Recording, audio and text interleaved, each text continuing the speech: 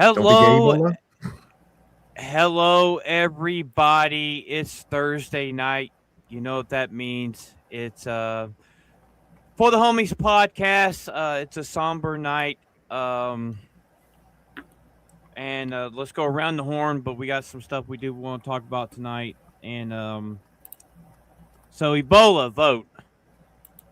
Yeah. Welcome to the Homies Podcast. Unfortunately, this week is a little bit of a sadder one, but we're still here to entertain you as best we can. Ronan, how's it going? It's going all right. It could be a lot better, but yeah, like you say, this week is extracting a heavy toll from all of us. But hello, everybody. Y'all know who I am. I'm Ronan the Crusader, and I'm here with the fellow homies as well to discuss all kinds of things, pop culture. How you doing, Kreese? Doing good, man. It has been a rough, like I'll say, the last 2 weeks of pop culture. Yeah, you know, I know we all say that. I'm always gonna say they're all in a better place, but man, I don't know if we could get another. I don't know if I could be able to take another one, but hey, it's Thursday night. Could be anywhere, but you're here with us. Let's go ahead and get started. Yeah. Yeah, just All because right. they're in a better place So- doesn't make it any less harder. The first thing I want to do, of course, let me go ahead and actually give me a second. I want to share this real fast. Where are we? There we are. Window. This one's it. I know. Just bear with me, ladies and gentlemen. Here. Anyways, just to give a little context as to what this whole post here is. So this guy here, Ultraman Ultimo, me this entire GD week, and this comes from the wonderful cartoon show Courage the Cowardly Dog. You'll see how Courage reacts.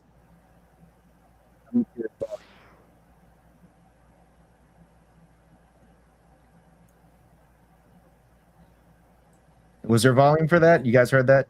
Yeah. No, Okay, cool. yeah. All right. So basically, the reason why that clip is being shown in the first place is let's rip the band-aids out right now. First, we've had 3 deaths in the past 3 days from very prolific, famous, iconic members of pop culture. The first one we are going to show is, of course, the legendary Dolly Parton has died at the age of 80. Just an absolute icon in country music. She was, from what I've heard from all kinds of people, an absolute gem and an absolute sweetheart to be around. So many people never had an ill thing to say about her. Everybody just says that she was an absolute joy to be around. There are some negative things people are trying to push, like the fact that she was supportive of the vaccine during COVID-19 and all that stuff. And, of course, also the fact that apparently she may have been a Trump supporter as well, too. And people were, now even in debt, trying to besmirch her name because of that, which fits into this next tab that I'm willing to show as well. This is coming from N Wokeness. This is what happened in 2018 when ABC tried to goad Dolly Parton into attacking Trump. Every celebrity should take notes. Let me go ahead and share the audio for all of you there. No audio. No audio. No audio? Yeah. Okay, let me try again. I'm pretty sure I was sharing audio. I thought you guys said that there was audio, but But to be Never mind. fair to Dolly Parton, even to be fair. Trump did the vaccine thing. So Well, yeah, of course. Trump was doing the vaccine thing as well, too. Okay, tell me if this time there's audio now. Sharing it. But they were always good friends, though. That's just the thing. Like you can disagree. put it up. I do have There a we little go. story. So I got to meet Dolly Parton years and years ago when she was buying her famous park where Dollywood is now. It used to be known as Cibola City, and she was doing a tour for it, and my family was up there, and I got to meet her and got to spend a little time with her. She is the most beautiful woman, sweetest, kindest woman of all time, and this hurt, this hit, but the next two, ooh, Hit much more. Yep. Ooh, yeah. Let's see Dolly's words about this whole situation. I just don't get into that. And so if you are deciding you may want to ask me something more serious, don't, because I'm not going to answer it. We have a president of the United States who said those things on that bus. I'm not addressing that. I do not get into that. Of course, I have my opinion about everybody and everything. But I learned a long time ago, keep your damn mouth shut if you want to stay in show business. I'm not in politics. I'm in I respect that. You're also a role model. Yes, I am. That's why I don't talk about people. Well, very smart. Very savvy this lady was. And to be honest, the next two that we're going to show as well probably were the same way as well, because you never heard them talk about politics. They just talked about entertaining people. That's all they did. Yeah. The next one that we have, everybody knows him and loves him as Pennywise, or they also know and love him as the Girl Scout in a Loaded Weapon, or they know him as several other roles. The Darkness from Legend. The Darkness from Legend. His most iconic role today. We got Vetlaw with 10 gifted memberships. Thank you, Vetlaw. Thank you very much, Vetlaw. We will read through the 10 gifted memberships very soon enough. The second that unfortunately passed yesterday was legendary actor Tim Curry. Yeah. You know the one role they don't have of him up there? He did the voice of Kilo Khan in Superhuman's Samurai Cyber Squad. He played the main villain in He's that show. Nigel Thornberry, man. Like, Yes, come he on. is. Yeah. Which I do actually have a clip, one of his much better clips when it comes to him voicing Nigel Thornberry. If you know we're interested in checking that one out. But yes, unfortunately, Tim Curry had also passed away. He was the second one that passed away yesterday. It was terrible news to hear. I know many people know this one clip as well, though. This was a very popular one, I would say. I really enjoy this one. Command and Conquer, Command baby. and Conquer Red Alert 3 when he was playing for the Soviet faction. And he had some very interesting things to say about capitalism. I'm escaping to the one place that hasn't been corrupted by capitalism. Space! One of his best clips. And like he was also there with Gina Carano too. Gina Carano was in that same faction as well. And she looked pretty nice in that leather number she wore in that game. But I also have here, of course, I think this was the one, like my first ever exposure to him, Tim Curry, was him doing the voice of Nigel Thornberry. It was a very good role that he played as the father in it.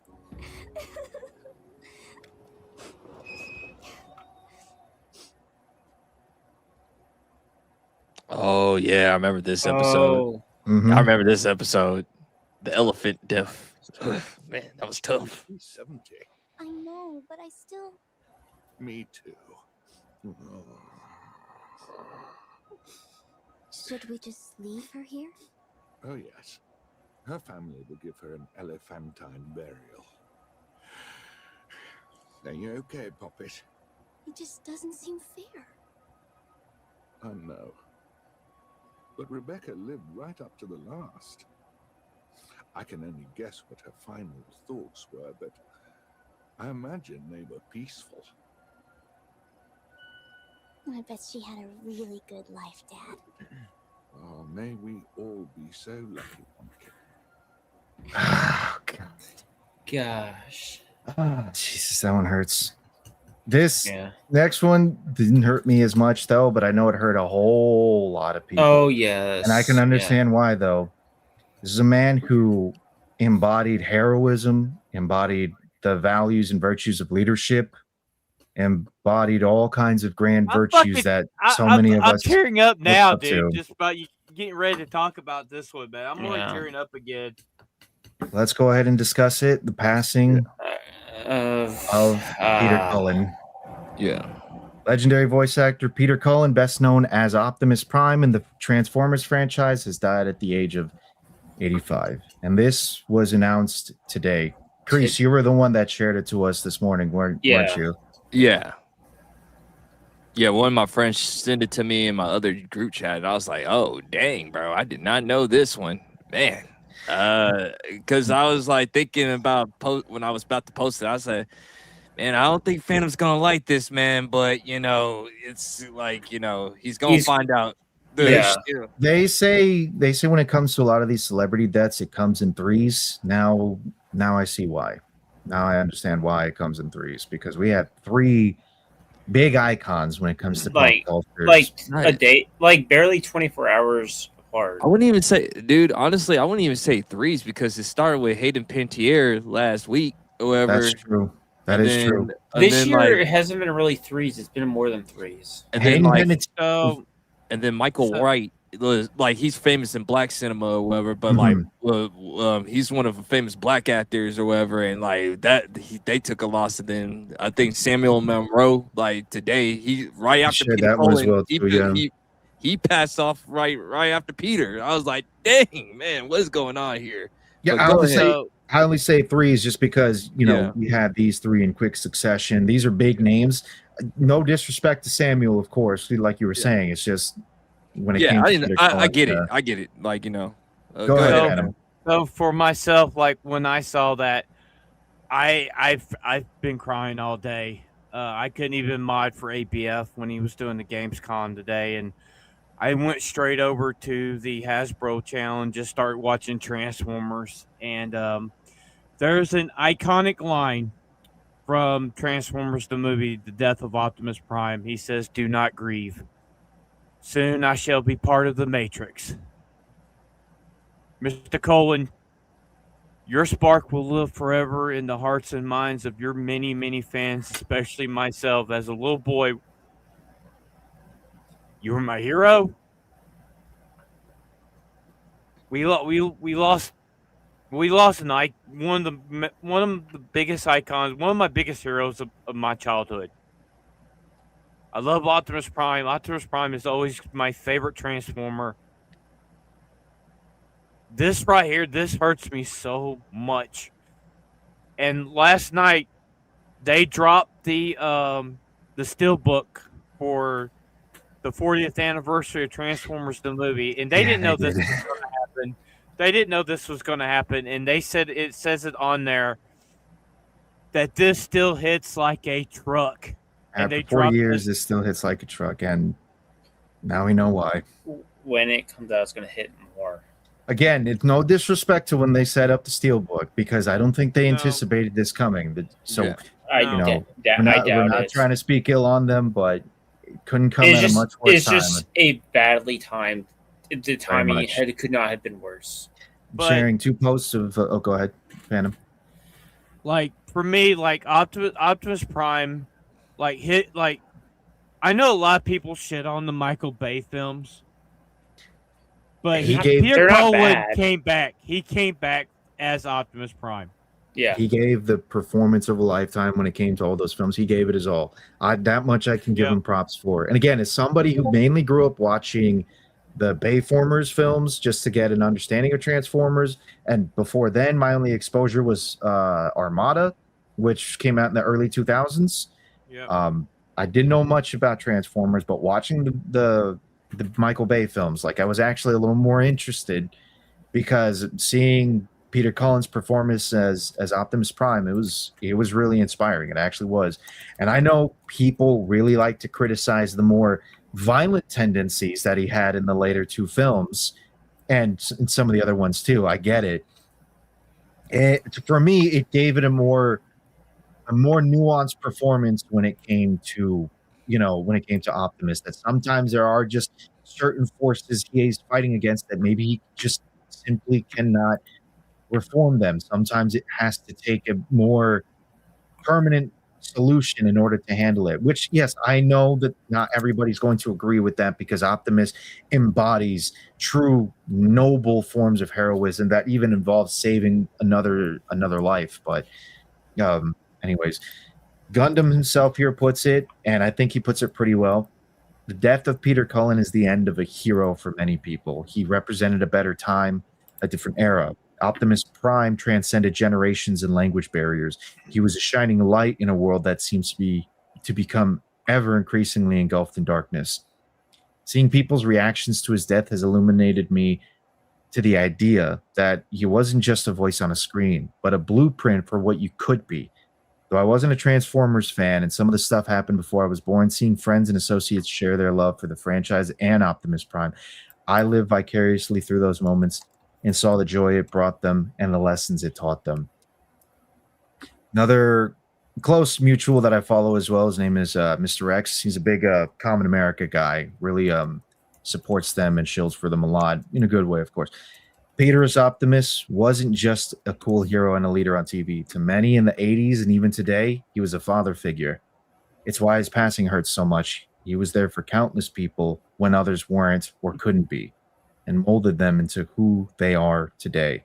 And speaking of inspiration, speaking of molding people to how they are, this last clip is one I want to share. I think this is a big one when Peter Cullen shared what his inspiration was when it came to Optimus Prime.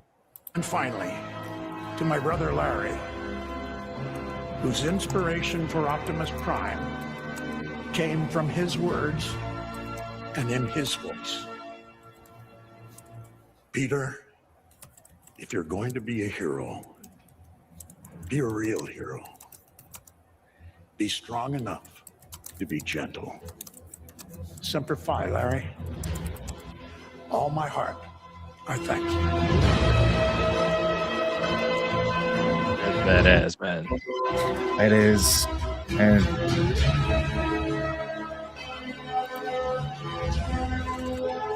I gotta remember that he also was one of the voices on Toonami. Like he was like the first voice. He did a lot of the Adult Swim bumpers. Yeah. And anyways, That was like I didn't grow up on Transformers or whatever, but like I'm like Gundam. I didn't grow up on Transformers, but like he was still part of my childhood because guess what? He was the first voice for Toonami before Steve Bloom took over or whatever. Yeah. So I think that was probably my first, because I remember me and my sister debated what our favorite Transformer was back in the day. Yeah.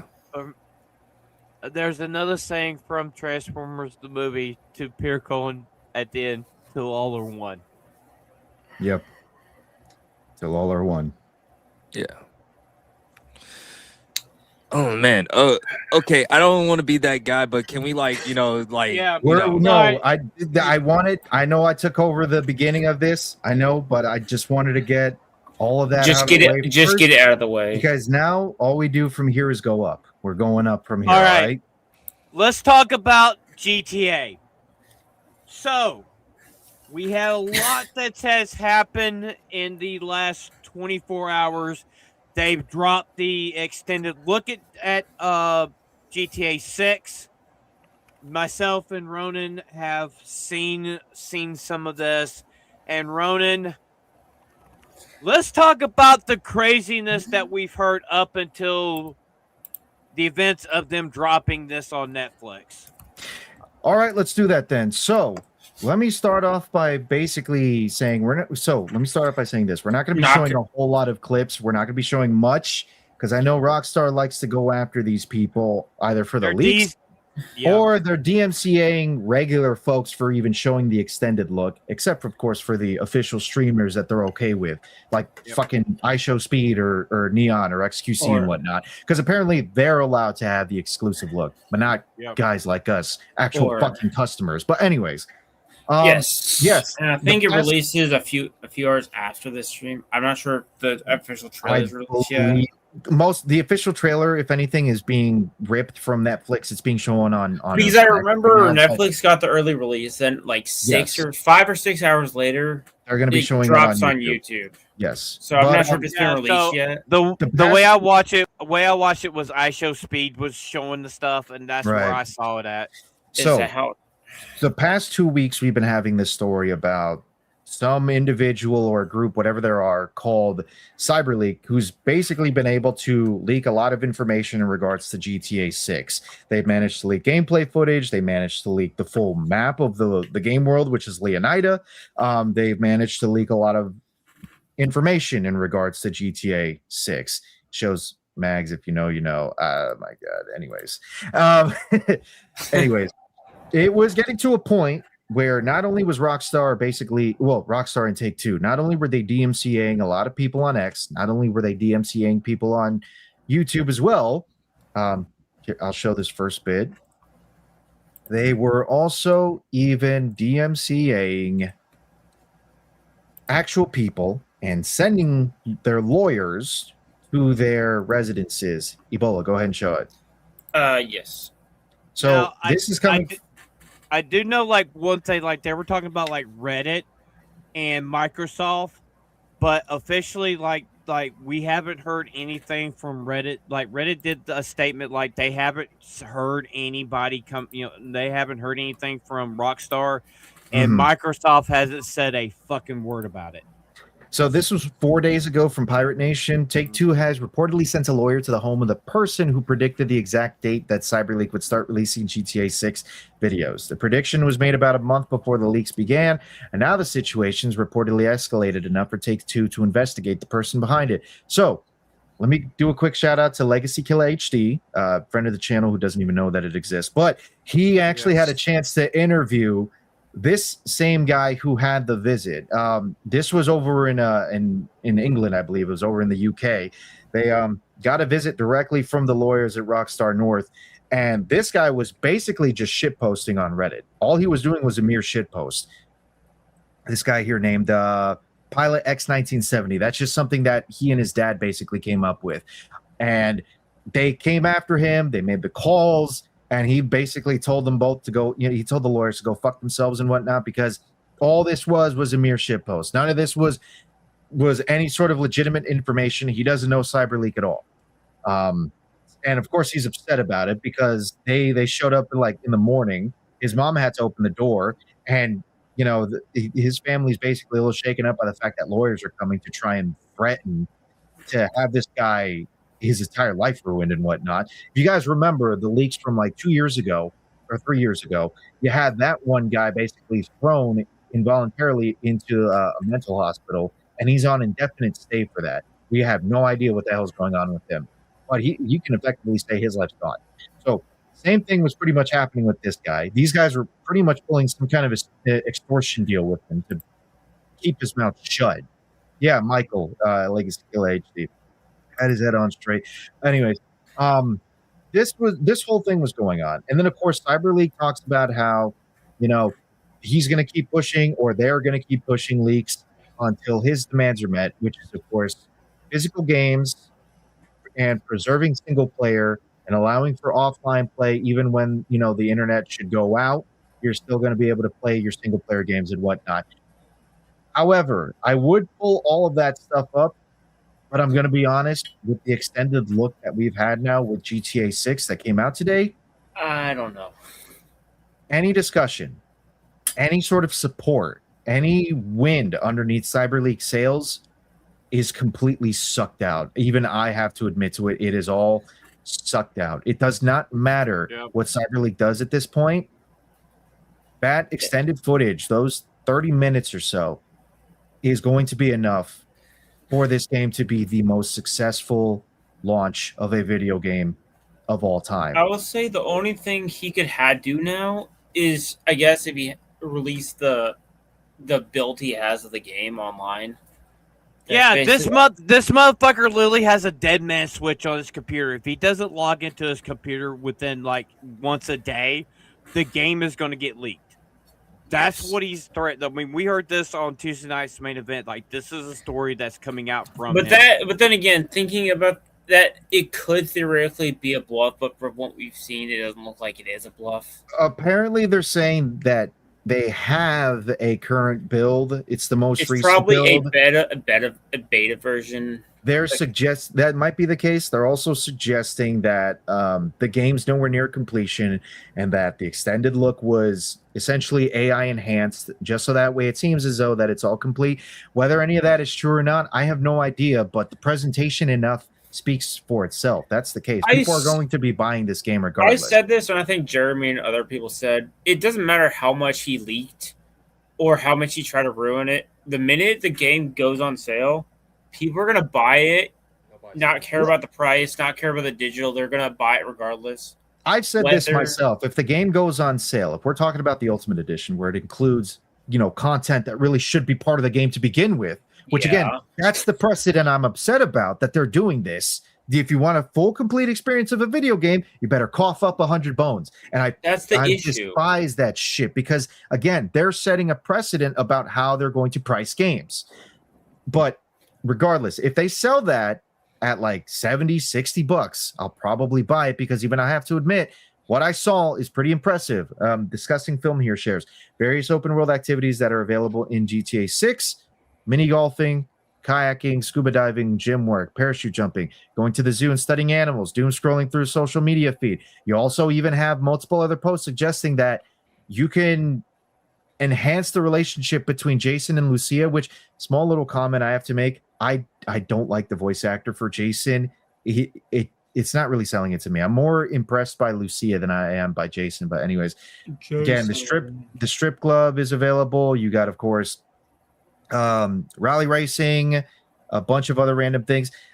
This is one of the interesting things is that the robbery stuff is pretty much built exactly off of Red Dead Redemption. You have the little balaclava or bandana you can put over your face. You do that, and then you can just take it off in order to more easily run away from the law and whatnot. A lot of what I've seen from the extended look, the foundation for this game is pretty much Red Dead Redemption 2. A lot of the button prompts, a lot of the UI, it's straight up Red Dead Redemption 2. So Rockstar screws over Red Dead Online, and they're stealing the shit for this game. Love it. Red Dead Online basically was brought to the altar for this game. That's pretty much what happened. Red Dead Online was sacrificed for this.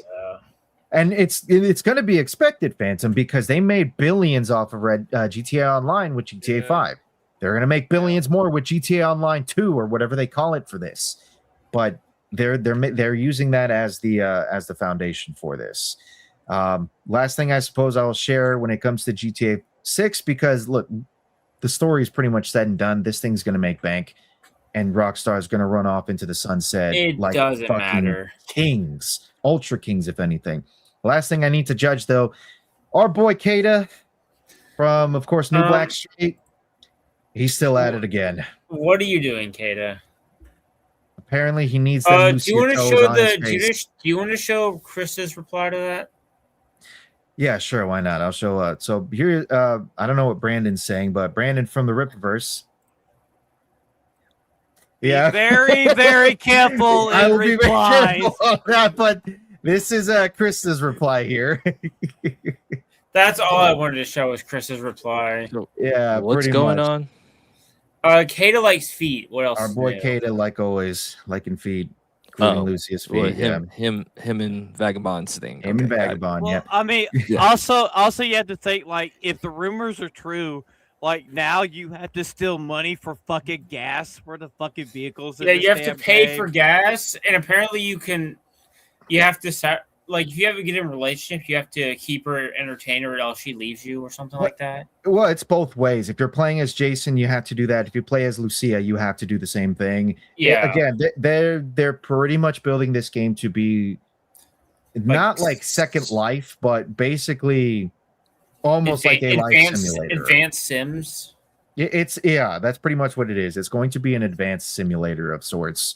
I can't call it a what do they call those games? Fuck you, Campia.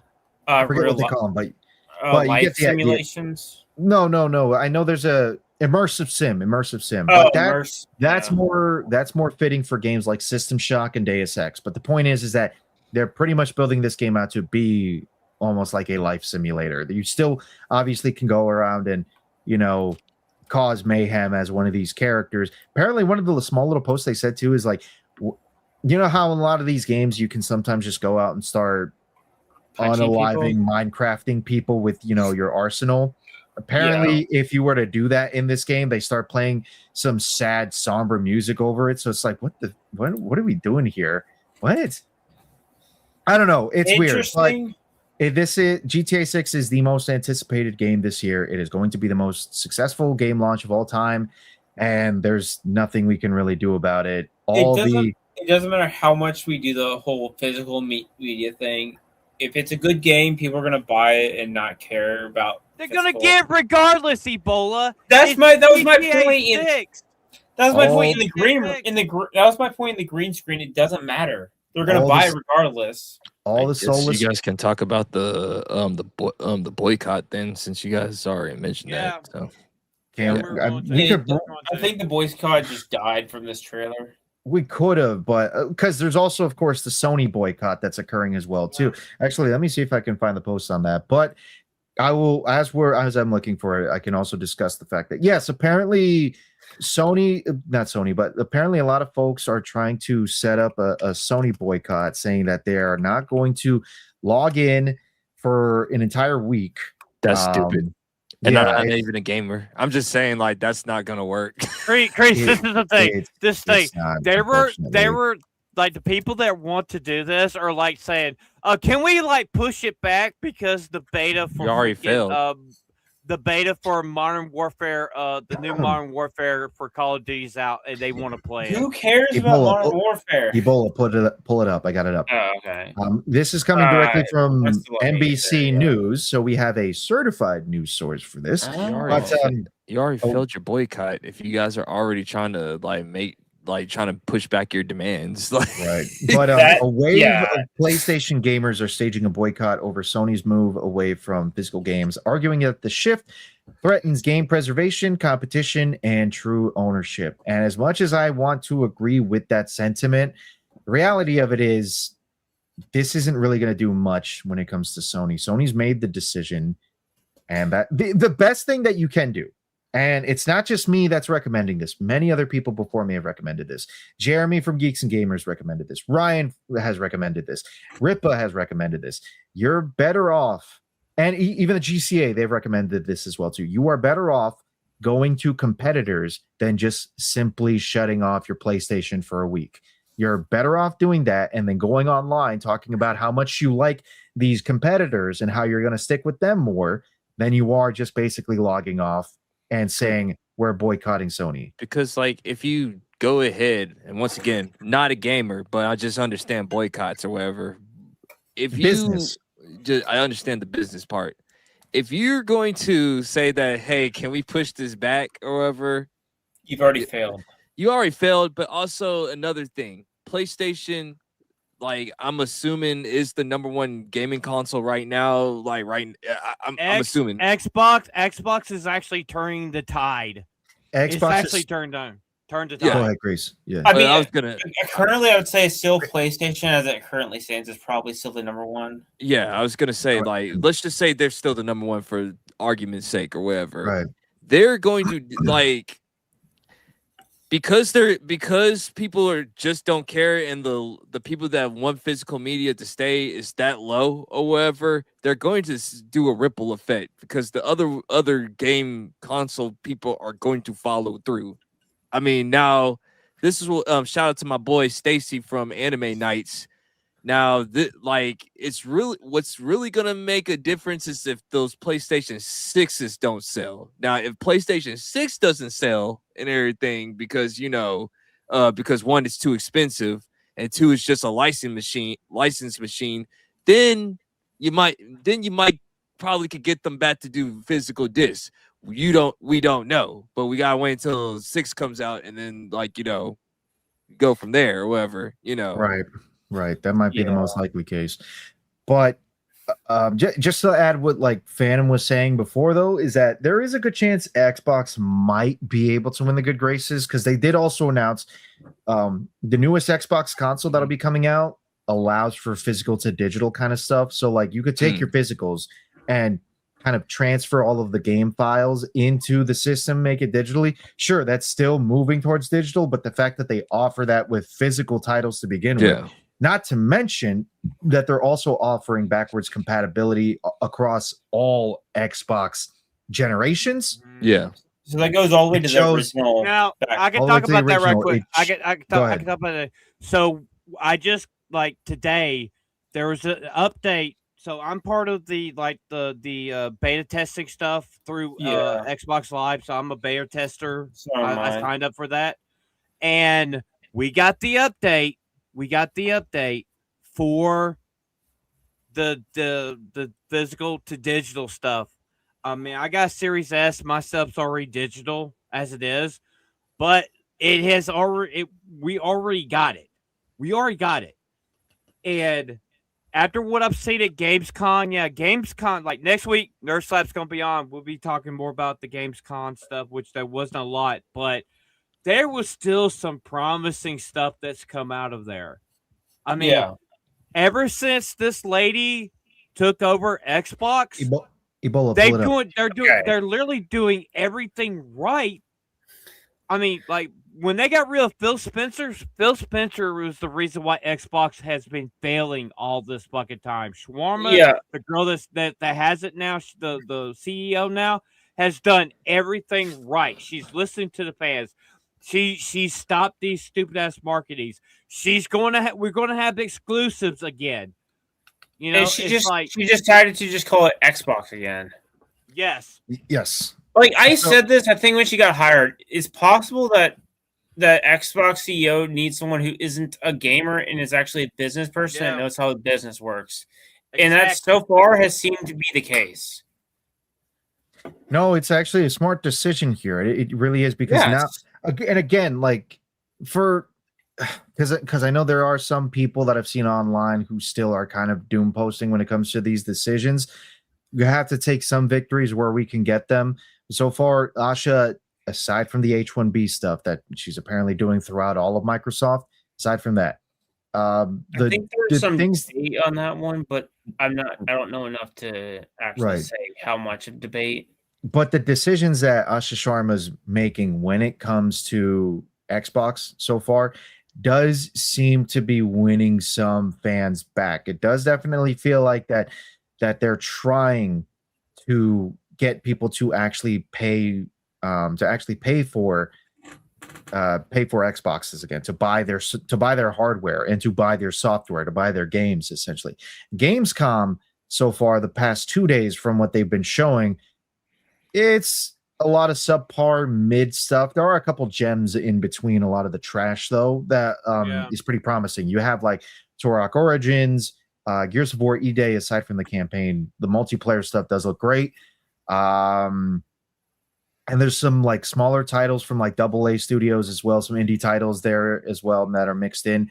But there's some potential from what we're seeing with Xbox that might have it come back and actually rival PlayStation again, especially with all the bullshit that Sony's doing. And also you gotta remember, like, she's gone to like some of these guys that's under the umbrella of Xbox, and it's like, you need to cut your shit out and fucking make these games where, like, look at Fable. Fable is another one that, like, they went back and revamped the entire fucking story. They got rid of that ugly ass bitch that we saw in the first fucking trailers. Got rid of her. They got rid of her and actually put a pretty decent looking girl in the fucking as the character now. Yeah, that's another one I forgot to mention was Fable as well too. It actually looks better. It actually looks pretty good now. Not just the character, but like the game does look kind of promising. Correct me if I'm wrong, but I think when she made a post, she said one of the branches had to go through 17 layers just to get an approval. Yeah. Like she's gone to Bethesda, she's going to all these people and like, you need to cut this shit out. We're fucking losing people. You need to get these games out. You got to make it where people will love these games. If you're not, you're fucking done. And she's gone through and she's gotten rid of a shit ton of fucking people that have been dicking around for the last 15 years. 10 to 15 years. She's gotten rid of people for this shit. 10 at most. Yeah. And I mean, like, when I was hesitant when she got it. I'm like, oh great, it's a woman. She's gonna screw around. We're gonna have all the fucking wokeness and shit. I've not seen it. I think that's when I asked Fana when that happened. We're like, is it possible that someone who's not like gaming but is a gaming company 100%. like can possibly change? Is it possible a woman can actually come in and fix it? And that has been the case. Like, understandably, we see a woman be in charge, we get critical. There's many issues where that's been the case, but this is a case where it's like you're criticism. She proved Let that me ask you this. she can be the leader. More Does she- positives. Yeah, Does she she have, proved like, she can be a- the CEO, and it's worked in her favor. Does she have like any brothers or like a son or anything? I Don't know. I don't Not know, sure. Not but sure. apparently she used to work there, left, made her own like resume, and came back and is now the CEO. So she Yeah. knows how Xbox runs from years And ago. they also hate her because she's like working with Trump. Oh, is She's she working with Trump? Yeah. Well, I Yeah. mean, the Asian.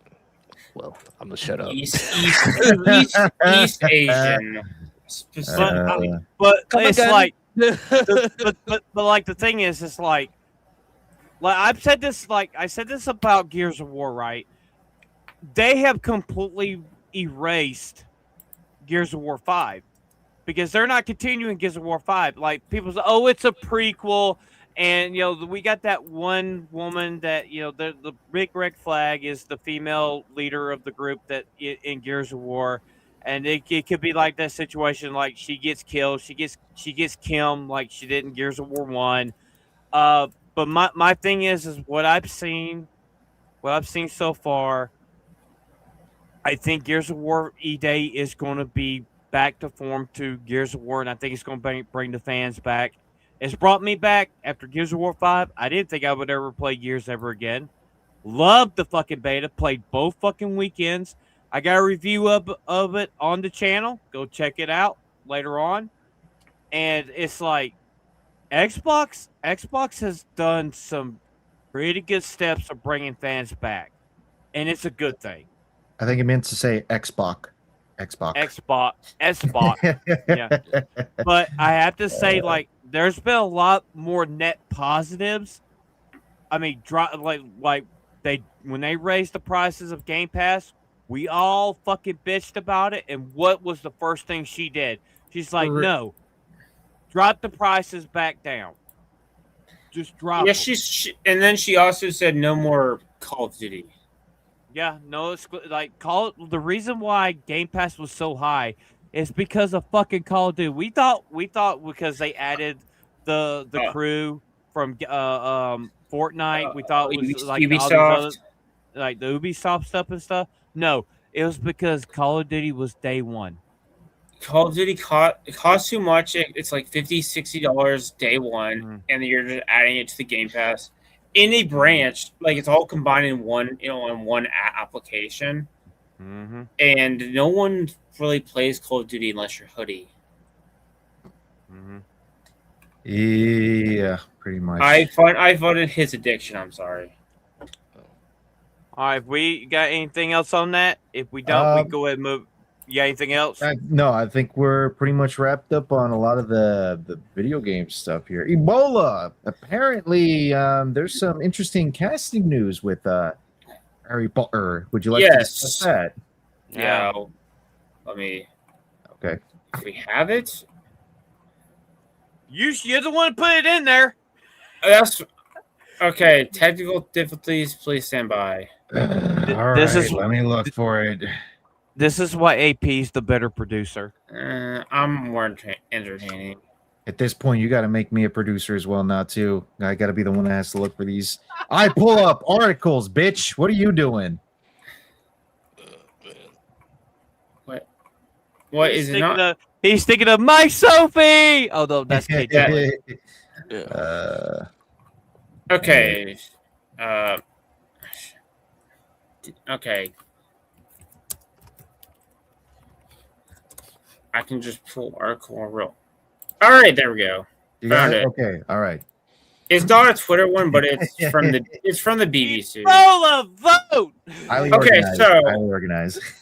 All right, so last week we said that Nicholas Hoult, who played Lex Luthor in Superman, haven't watched the movie. I heard it's kind of meh.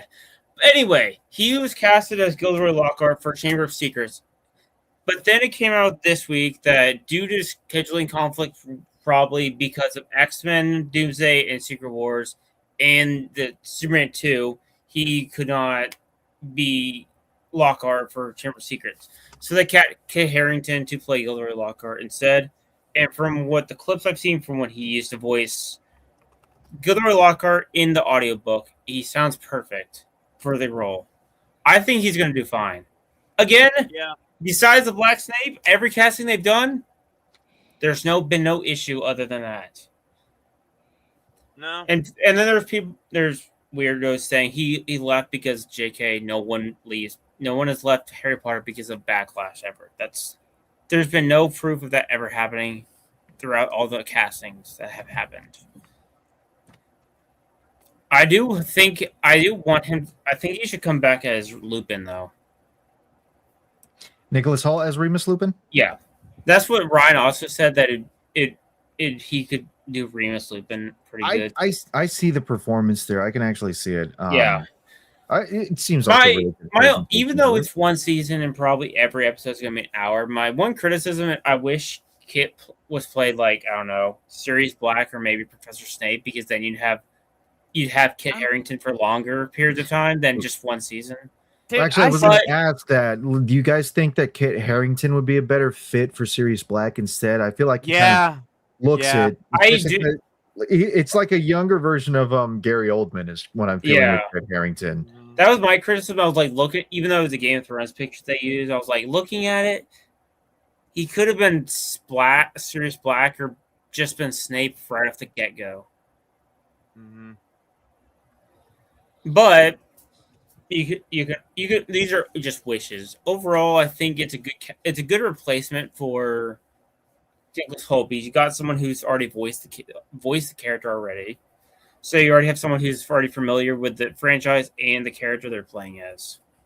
We got 5 gifted memberships from Chell. That is Sophie. K Jelly the third, K Jelly 3. And he managed to hit Bruh 1776 USA, Orange Gotten, WG Putnam 3, 69 ABF 199. Must be ABF's secondary. And Andrew Frazier Jr. Thank you. But yeah, I'm okay with this. I agree. Like, he could have been a better Sirius Black, but yeah, hey, you get what you can. Yeah, it is what it is. You can only do much as you can. So I think he's gonna be fine.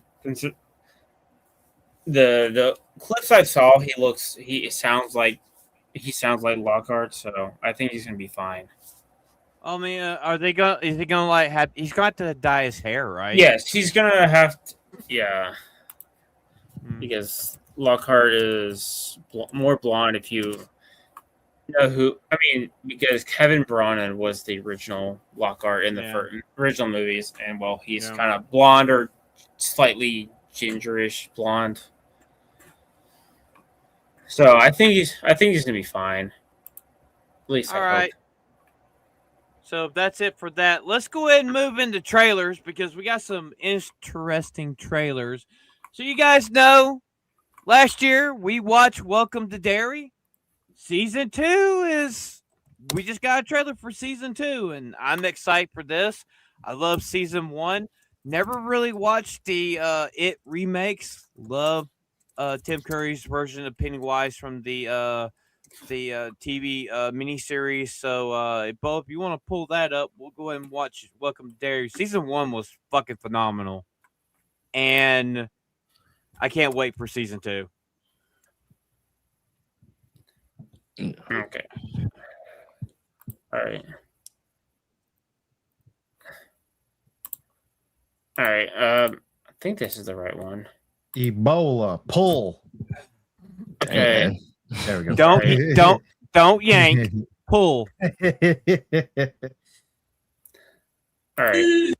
Give it that little yoinky splinky. Anyways, I'm done.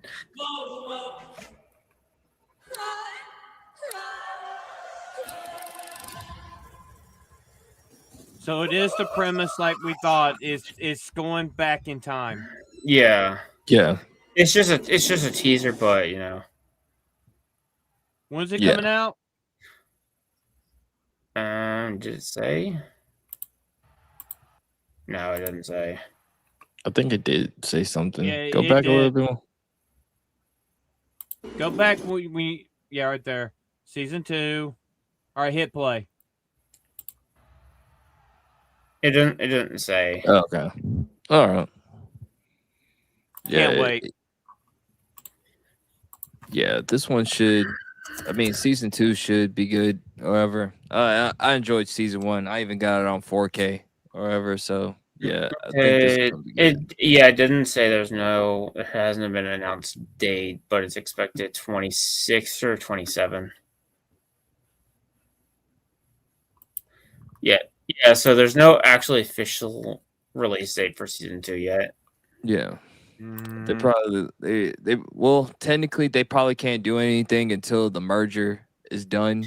That's true.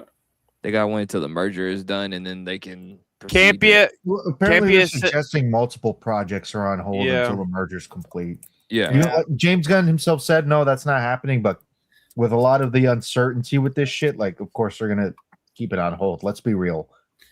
Yeah, as the new quote goes, anything James Gunn says, you expect the opposite.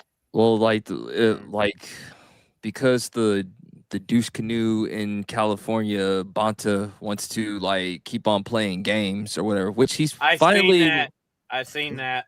But like the fun part about this is like the 38 states that didn't have a problem with this merger taking him to court. They said like, okay, you're gonna play games. Well, let's play games with you. How about this? Like, how about the rest of the United States against California and all the other 12 states to say that you guys are stupid? Nice paper.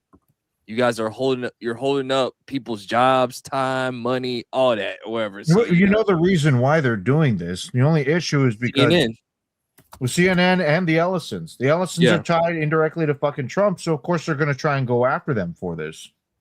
But the thing is the Ellisons are also cool with Gavin Newsom too. That's the crazy part. Like they're good friends with Gavin Newsom. Whatever. Like him, like even Gavin Newsom even told him just settle already. Like this is gonna, if you guys keep on prolonging this, if you keep on trying to make this thing make it long last and try to break up this thing because of politics, it will destroy California's economy. Like it will. Because they said if you're not gonna just settle or do whatever, we're just gonna leave to like Texas or another state. They're going to Texas or Tennessee or wherever. Or maybe Georgia because Atlanta. No, they're not going to Georgia. They said that it's either going to be Texas or Tennessee.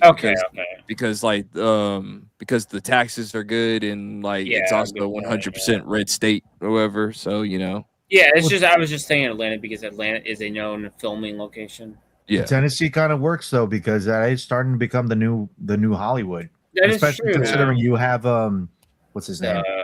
Zachary Levi. He's trying to push Wildwood, his whole project that's going on. I think that's based out of Nashville. Am I incorrect in that? Pretty much like the movie industry in Georgia is dying. Like they're not filming a lot here. Like Spider-Man: Brand New Day is like the only thing that's been filmed here in a while. So. Well, that or they're moving it still, of course, to the UK as well because with a lot of the tax breaks they can do with the UK, it makes it much cheaper for production. Yeah, it's like over here in Texas, they're moving to Austin or wherever. Okay, I think they're trying to open up. I think they're trying to make a office in Austin or whatever. Yeah, but for the most part, the feds, the UK, basically all the big things in the film industry said that this merger is okay. The theaters, everybody said this is okay. So right now, Bonta is just playing games, and everybody's tired of it. Stupid. Yeah, everybody's tired of it because, we could be having a whole bunch of DC, Welcome to Derry, Looney Tunes, whatever. We could have had all this done or whatever, so we can. Whoa, Kreese. We already have DC and it's crap, so it wouldn't change a thing. No, but you get somebody new or whatever. What I'm trying to say is I don't know. It's the only thing that's come out of DC that's actually fucking good, and we got to watch it the other night was Nightfall. Yeah, we got that was good. Yeah. Nightfall was actually pretty solid, yeah. And guys, Whoa, tune in. Champion. That's too far. And guys, tune in Sunday at the end of matinee. We're gonna give our review of Nightfall Sunday. So, all right. Yeah. So let's do the next trailer. So AP brought us this. So Terminalist season 2, right? Yes. Ooh, now this I'm looking forward to. I haven't seen the Yeah, trailer me yet, too. but Yeah. looking forward to Yeah. this. I haven't either. Oh, October. this looks so good.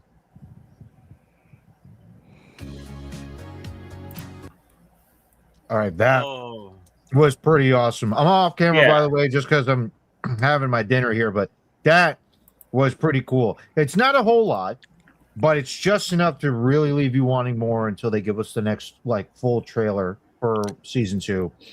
Amazon is such a mixed bag because like there's sometimes where they have crappy shows and then they got good shows. So Because you have this, then you have freaking Rings of Power over here. That's kind of the issue, is that sometimes because Amazon's trying to go big when it comes to the streaming stuff, and even then, like, that's not the sole thing that they're relying on. They're a multinational corporation that relies on all different kinds of facets of business, essentially. Their main thing is still obviously being a big vendor. Well, what's up, Phantom? Nivola, we got stuff in chat. For 1 month, we got Bow Downs. Remember, The for winner- a month. The winner of yesterday's secret meme. Secret memer. Oh my god. But this actually does look really awesome. There's another trailer. We don't have to pull it up, but there's another movie that's coming up from Sony and Columbia Pictures. It's called Ghost Soldier, and We'll do that next week. We're doing that next week. Yeah. Okay, Yeah. so maybe I'll save the conversation for next week. Then we'll help slowly build up to it. But it's an interesting conversation. I'll have to find out next week what Ronan has to say. I'll just give you the nice little teaser for all of you out there watching. If you've ever heard of the phrase predictive programming before, you might know where I'm going with it. If you haven't heard of it before, I highly suggest you look up predictive programming to see where we might be going with that conversation. It's an interesting one. Yeah. But I did want to say one. I gotta say one thing. Mo Downs, you stole that win from me last night. Here we go. I blame AP. So let's get to our big story of the night. Let's talk about YouTube, and let's talk about how YouTube has been screwing over content creators. It's the clown of the week, everybody. Originally, Jess was going to be on tonight, but prior engagement, she wasn't able to come on. A lot of guys, you guys know Jess. She's ABS wife. She does her show Baking Bad, and she has been at the point where she's got the watch hours, the subscribers for a good couple months now, and YouTube has screwed her over multiple times about getting monetized. Not only her, Comics and can't get monetized, and there's been multiple other channels that have been hit where they can't get monetized, and YouTube just will not tell them what's going on. So, Ebola, if you pull up the stuff that Jess tweeted out the other day, if you don't mind. I had it ready. So this is her YouTube saying that your channel is not online, and then she follows up with her appeal with a video, and it just says violate YouTube's monetization politics. But the issue is YouTube, from what it sees and what Jessa posts, YouTube doesn't tell what she broke or what. No, it's not. It says violation, and it just says not in line. It doesn't tell what. Yeah, YouTube right now is. She doesn't even know what. No explanation as to why. Yeah. YouTube right now very much is basically very uncreator friendly, unless you are a big name, or unless, of course, you happen to be a big multinational news outlet like NBC, CNN, Fox News, IGN. If you're towing the line with YouTube, then obviously they're going to give you the inside scoop, and they'll give you the access. Yeah. Also, what's up, Nerd Slap? AKA Slapcast. But right now, Jess is simply just trying to do like the channel that she has, which is just making all the cooking videos, either Baking Bad or Let Me Cook and whatnot, right? Yeah, those are good videos. They're wholesome videos, aside from maybe the occasional curses that that lady tends to let out. She's Swedish. Give her a break. She's letting the spirit of her grandfather come out. Well, if that happened, her channel would have been banned. But anyways, I should know. Yeah, you should know, but it's kind of I do think YouTube is using AI, and the AI detects. Oh yeah, they are using AI. So I think the AI sees another cooking channel, and just thinks it's a carbon copy of another cooking channel. Well, you're saying the AI, right? So her thumbnails are primarily composed of AI. That is a reality. Fine, okay. Yeah. But a lot of people use AI now to create thumbnails. I understand people have their criticisms when it comes to AI, but it's an easy tool when it. Yeah, exactly. It's much easier. I haven't seen any other creators get like not allowed because of AI thumbnails. This is. I don't think the AI thumbnail is the issue. I think the YouTube AI just sees another cooking channel and thinks it's not adding anything different, so it just thinks it's a carbon copy of another. But Ebola. But here's the problem, though. It's like we like us.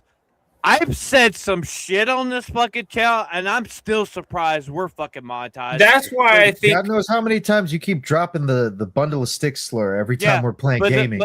But the thing is, if you go and actually look, a lot of these channels that are not getting monetized are women.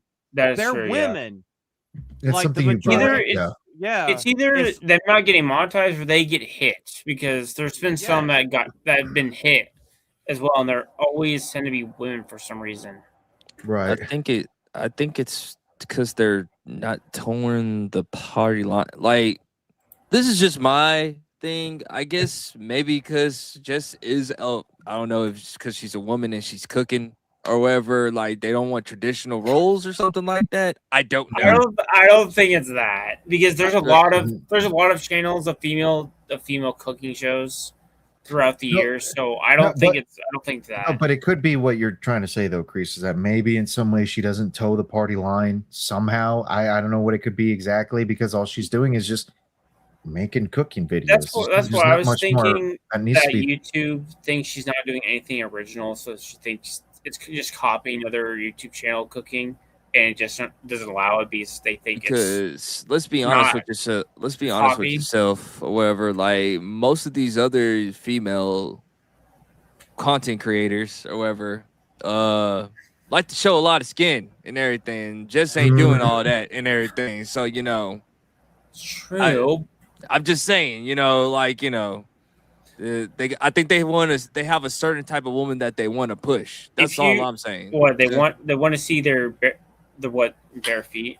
I think what Kreese is suggesting is that Jess will get monetization approved if perhaps she's wearing a very low cut apron and nothing else.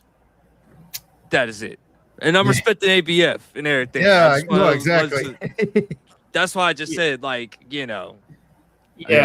talking in different language or whatever, because I don't talking in respectful language. Yeah, if that's the case, then I don't understand the constant push of what's the word I'm looking for? Like the ID checks and everything like that. Because a couple of years ago, I'm sure you guys remember the whole Kappa and SOPA stuff, right? I'm sorry, SOPA and COPA. That's what they called it. They were trying to basically protect the children, and the next thing you know, a lot of channels got hit because they were genuinely creative, and their creativity was considered unsafe for children. So the next thing you know, a lot of stuff was just basically neutered, shall we say. Now we don't talk about that kind of stuff anymore. It doesn't seem like they push it, or at least they don't push it officially as much. It might just be under the surface, but right now YouTube is doing what YouTube always does. It has no idea what it wants, but it's trying to look for the best way that it can maximize user attendance, as well as maximize profit when it comes to either selling themselves out to big companies, big media companies, or well-established names that have been here for years and already have a big enough following that they don't bother trying to look out for the little guy to give him a chance. It's no longer, as the tagline went for YouTube, broadcast yourself. Now it's just broadcast everybody else but you. Yeah. YouTube is one of YouTube. Like I've said this before. Like I've been on this platform for nearly 20 years. Like I've seen from the golden age of fucking YouTube to like now, and it's like you had to go back. You had to go back to the first adpocalypse, right? PewDiePie, right? This is where it started at. And then because of Logan Paul doing the Suicide Force fucking bullshit, it's gotten even harder on us. And then it slacked up a little bit. They reduced the stuff for like getting monetization and stuff, which we all appreciate it because we got ours. We didn't have to get to 1,000 to do it. But the thing is, Jess doesn't do nothing wrong. She does not like do anything that hurts terms of fucking service. But you motherfuckers still haven't given her monetization? It makes no fucking sense. I do wonder, since they just updated the ways to get monetized, maybe they denied her because they were about to update it. That could be. No, I think it's like because I was just thinking because they posted the update monetization thing like a few days after they denied her. I think you still get to keep the if you want to be part of the YouTube club or whatever, like what's the partnership partner program. Yeah, if it's the partner program, then it's like I believe it's 1,000. But if you're just trying to be like a normal YouTuber or whatever, it's still just normal monetization thing for what I looked up or whatever. So I don't know. Like, you know, I then again, I think I was tuning in. Yeah, I was tuning into DA's stream or whatever, and I know that YouTube and I believe Peacock are supposed to be merging soon or whatever. I'm not sure, like if that and Google are supposed to be doing a partnership soon or whatever. So retract my statement since it's supposed to be not until next year. So forget what I said about the updated criteria for monetization. So, but yeah, like I think like Peacock and YouTube, they're about to fuse in together with premium or whatever. So I don't know. Maybe it's because they know that they're about to bring in another streaming service on top of that. They just don't want to. But it still doesn't make sense why you get denied now. Like, I think they just know that there's probably too many. It's crazy, like I said the other day. Like I think there's too many people on the internet, and I think there's not enough internet for everybody. And I think I think YouTube is hitting that line. Is there's just too many YouTubers on YouTube. What they're saying? There's too many low YouTubers getting monetized. I believe so. I think that's my thing. You know, I believe that there's looking at how many low YouTubers getting monetized. They're so like we need to up the requirements. Well, I'll put it this way. I think, you know, when it comes to the cooking channels or whatever, like a lot of people don't go to YouTube for a whole bunch of cooking. So therefore, if you're probably not, if you're trying to be a YouTube cooker or whatever, you're probably not going to get monetized as much probably. Whereas like we're in the pop culture sphere, or like if you're in the pop culture or sports sphere and like you're getting monetized or whatever, they're going to probably push you a little bit more because they don't want to have to pay the bigger YouTubes more money. So they're going to start uplifting those smaller channels. So you're talking about specific topics or specific genres of video, shall we say, that they're trying to push. They don't care so much about the cooking stuff, but they are going to push the current event stuff, the pop culture stuff, the gaming stuff. Most cooking streamers or channels usually talk about variety things than just cooking. I'd want to agree with you, Kreese. To be honest, I would. At the same time, the only reason I disagree is because there's one. Mm-hmm. She mainly does it via shorts, but she's still doing like video content regardless. But there's one YouTuber that I'd recently discovered. She's called Well Made by Kylie, and basically she does a lot of like gourmet dessert cooking videos. Essentially, it's all primarily through shorts. All she does is shorts, but she makes some of the most like delicious desserts that I've ever seen, like mouth-watering kind of stuff.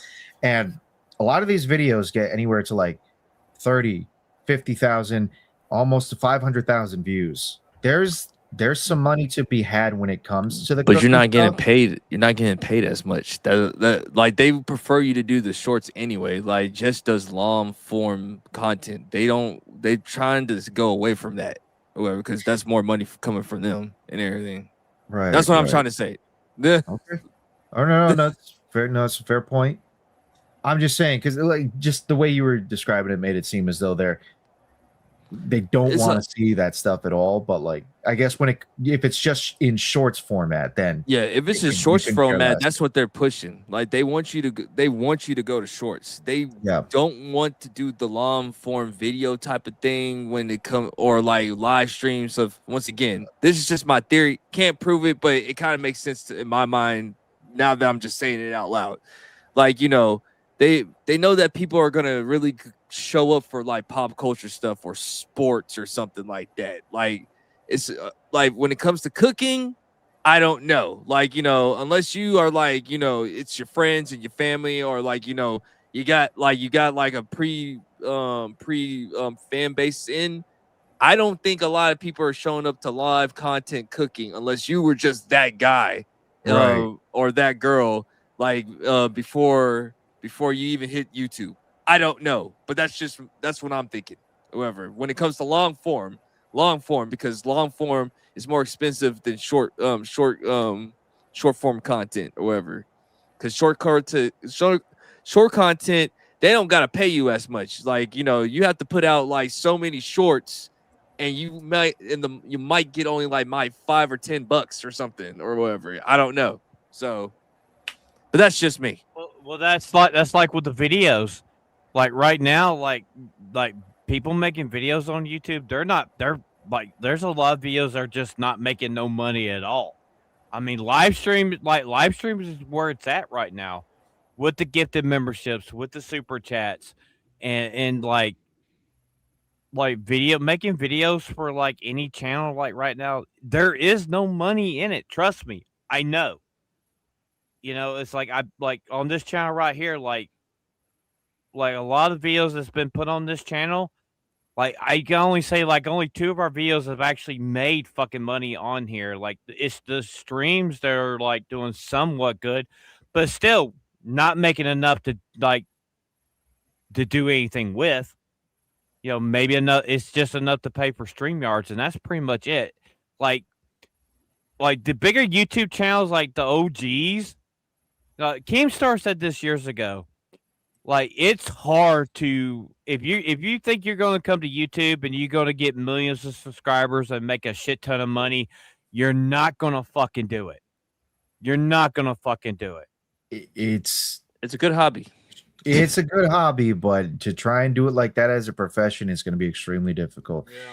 And that's something even I myself am starting to come to terms with. That, like, I still want to do this stuff. Like, I still want to make this content. It's fun. Yeah. Hell, I'm still in the process of trying to like upgrade my PC. So for the express purpose of doing that, I'm not just using this thing simply for gaming. Like currently I am, but I would actually like to upgrade this thing so that way the VRAM and the GPU that I would use can actually handle programs like Adobe Premiere and DaVinci Resolve.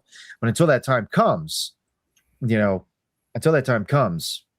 I'm not of much help to be able to make this stuff, but I still am interested in wanting to make this content because it's a fun thing to do. Yeah. It is very much an enjoyable hobby. Is it something I would like to make money out of? Absolutely. But who the hell wouldn't want to turn their hobby into a profession? Just about everybody would love to work that kind of job because that means you're never working a day in your life.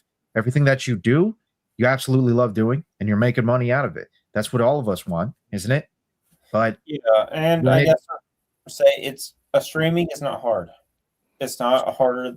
That much is true. Well, contrary to what that retard Hassan the Hun has to say, It's not even a con. It was I think someone from FaZe like Face Clan said it's part of the 9 to 5, and I'm like, no, it's not. Multiple people have said it. Streaming is not that difficult if you're enjoying it. If you aren't enjoying it, you're in the wrong profession to begin with. You shouldn't be doing it in the first place. Like we've always had this. This is like our mantra. Like, get a bunch of good friends together, go out, do a live stream, do gaming streams. Like I know YouTube, it can be a scary place to like navigate and stuff, but if you can get the right people and have a lot of fun doing it, just do it.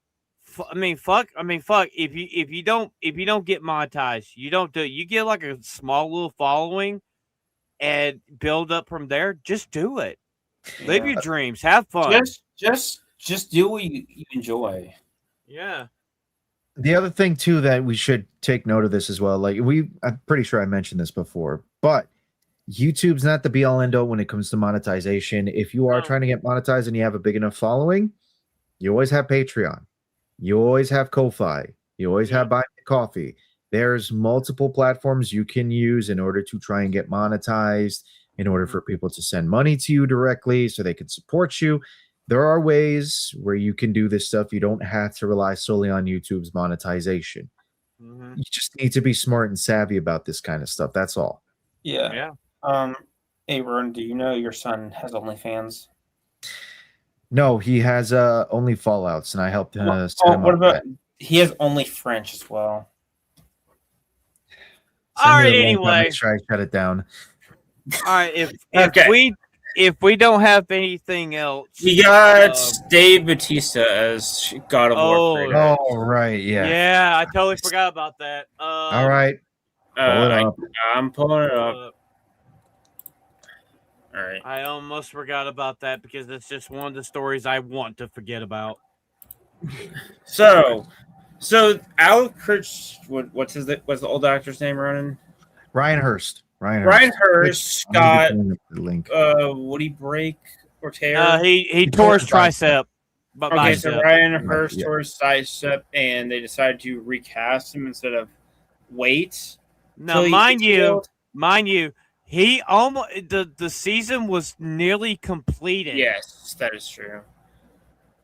So but they casted Dave Bautista instead of just waiting. Right. Which it could go 50-50, but I don't know if he's like, what is he going to be like 60 by the time the show's over? I think so, yeah. At least by this time season 2 or 3 is up, season 2 or 1 is over, he's going to be 60. And I just don't know. Maybe this is just for season 1. There's so much wrong with this casting because, first of all, Batista's completely off the juice. All right, so the man has slimmed down. He's not as big as he used to be. That's number one. He's still muscular, but he just doesn't look. If you find a picture of him, he's like skin and bones. He's trying to turn into skin and bones. This guy. I think he's a vegan now. Yeah. Number 2 is I know people like the deadpan performance that he did with Drax. But the more that I've actually thought about it, like the portrayal of Drax in the Guardians films, while it was kind of entertaining for what James Gunn was trying to make, it was definitely a far cry from how Drax actually is in the comics. He's a very stern and serious kind of guy that was solely dedicated to trying to hunt after Thanos. That's number 2. Number 3, Ebola, if you don't mind me pulling this up, I'm going to be pulling this up right now. Okay. The more that I thought about it, the more that I realized... I don't think it would work for God of War, though, either. I think Ryan Hurst actually was the right casting choice. Yes, we had that bad image that they first showed us, the first look. Ryan Hurst and the kid in that shot. That was concept. That was a concept picture. But this shot here... with Ryan Hurst. So Ryan Hurst shared a photo of himself partially in makeup as Kratos for the live-action God of War series before he was recast. You had this image here. That actually is far more like Kratos. That looks 1,000 times much closer to Kratos than what Dave Bautista is going to give us. And it's a genuine shame that they... Oh, I didn't even know that aspect, actually. But it's a genuine shame they actually had recasted Ryan Hurst, because he very much looked like he was fit for the role now, but they got rid of him. Now we're getting Dave Bautista instead for it, and it's just, yeah, I'm disappointed. I'm very disappointed. I wanted to give the thing a chance because I actually like Ryan Hurst. Like I heard his performance in Sons of Anarchy was pretty good. I hadn't seen the show. Opie, yeah. Oh, like it's his amazing. Performance as Gary Bertier in Remember the Titans, which I hadn't realized for the longest time that was him. But yeah, he was great in that movie too. I met him before. He's a really nice guy. Oh yeah, yeah, he's pretty cool. But now we're getting Dave Bautista instead of God of War, and I'm not looking forward to this show at all. And at this point, I wouldn't be surprised if Dave Bautista coming into this allows for a lot more of the deconstructed bullshit that we've been seeing, basically make it on. And the tourists. Yeah. Pretty much. I was excited for this, but now I was like, I remember, Rowan, we were talking about this in Discord. I'm like, what's up, Jake? If they fucking put Batista in this, I was like, this is gonna be like The Rock in the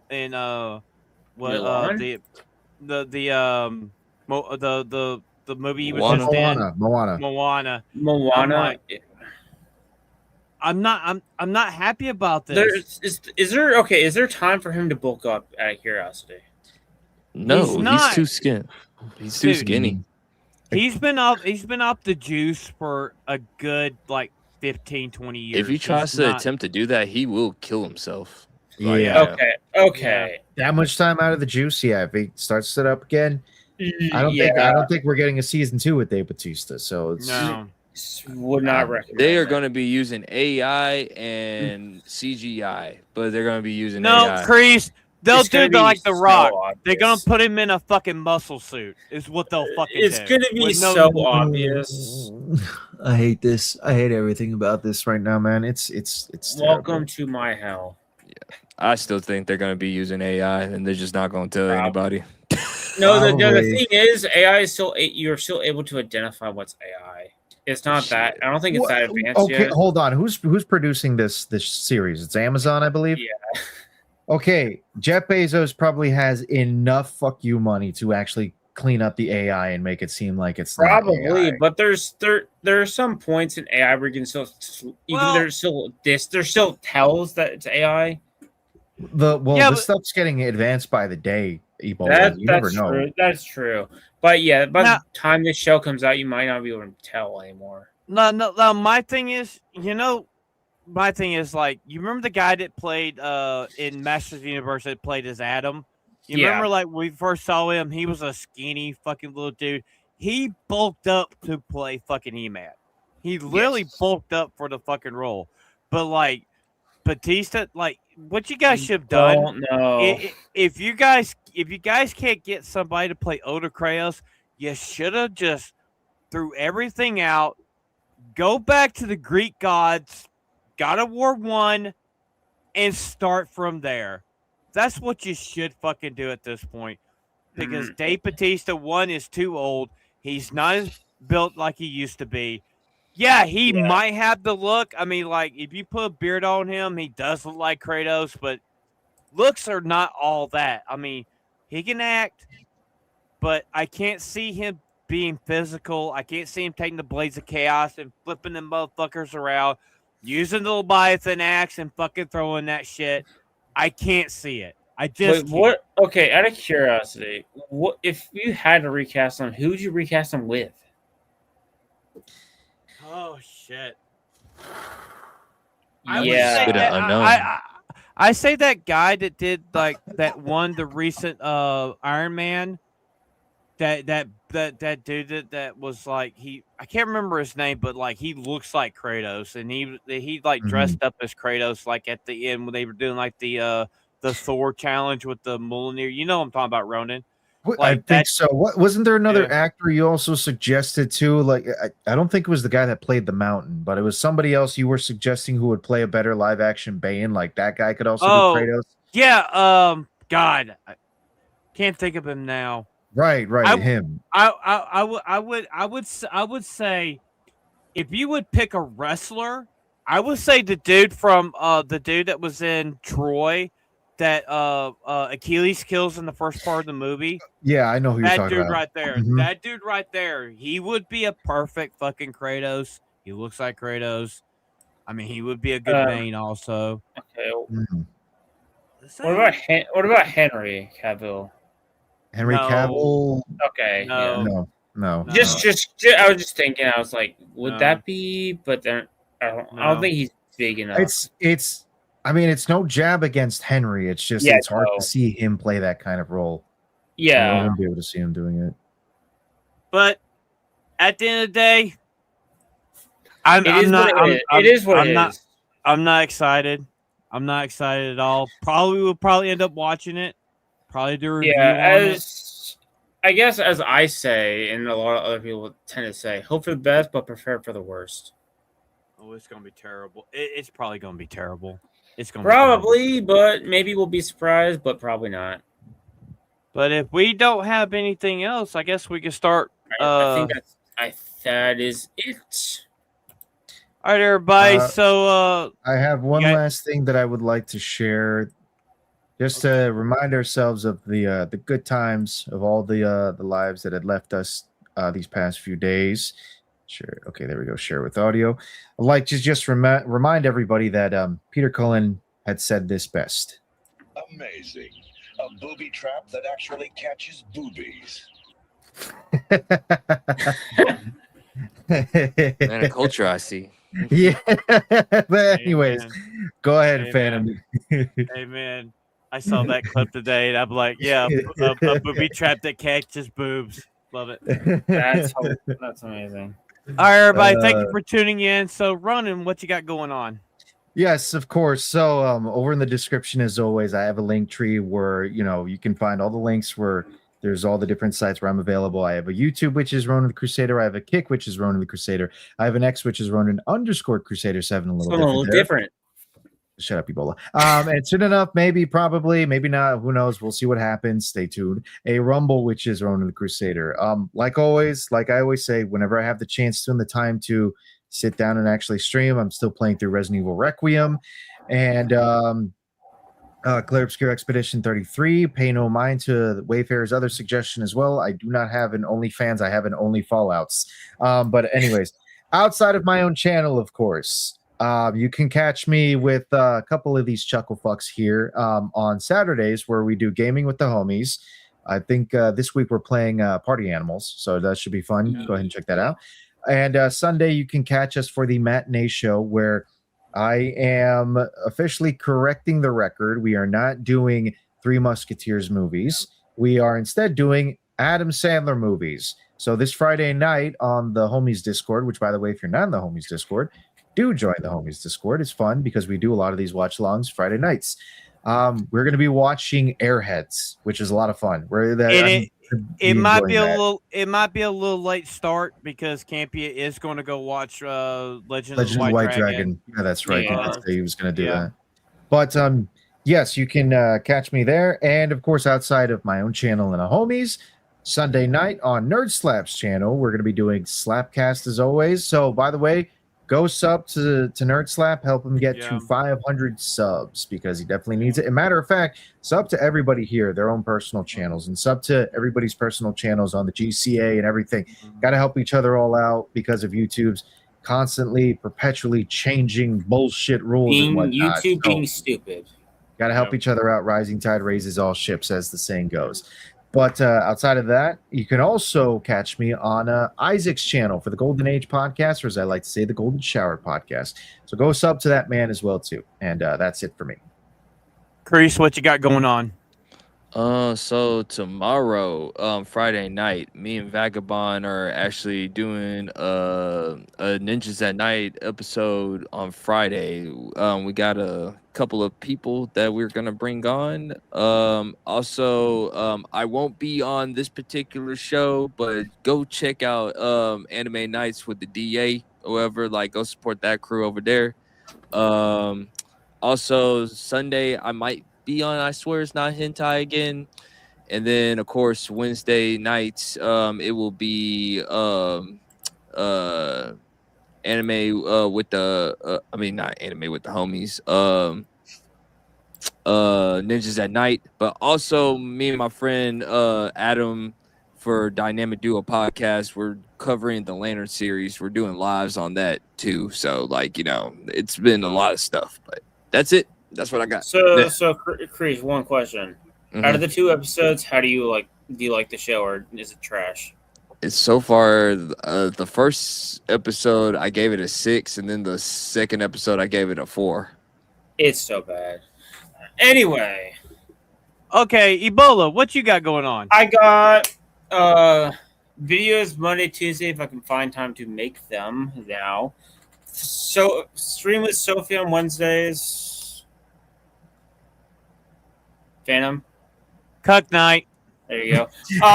And Thursday stream, I may or not be able to do it. We'll see. Then for the Homies podcast, every Thursday night, gaming with the homies, whether I'm on it or not, it depends.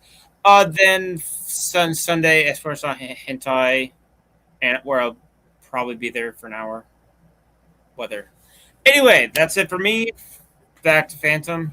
So, everybody, keep an eye out on the channel. So, we have been watching Ghost in the Shell, the new series that's been out, and it's been pretty phenomenal. Keep an eye out because Ronan, Campia, Ebola, and myself, we're almost done with season 1, and we're probably going to be doing a video and releasing it after we're done watching it. It's been fucking phenomenal. Fucking loved it. We got 2 episodes left. Yep. Saturday night, we're gonna be playing Party Animals. Unless we get like a shit ton of people. I know Lex is gonna come play with us. I know a lot of people are gonna be playing us with that.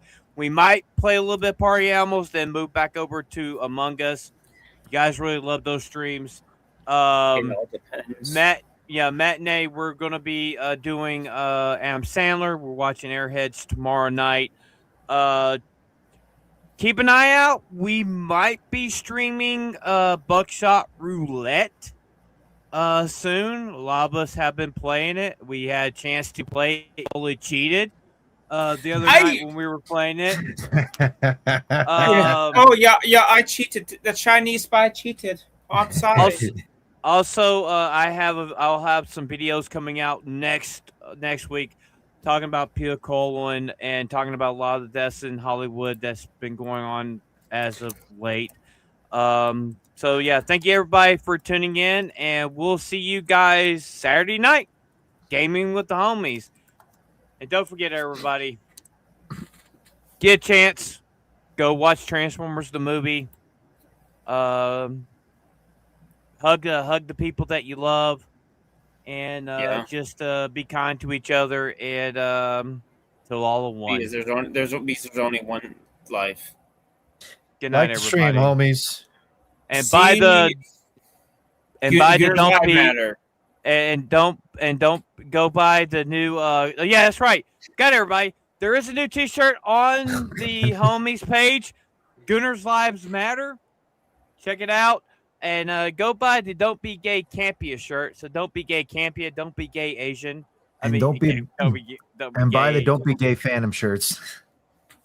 Good night, everybody. Yeah, don't be gay Campia and don't be French AP.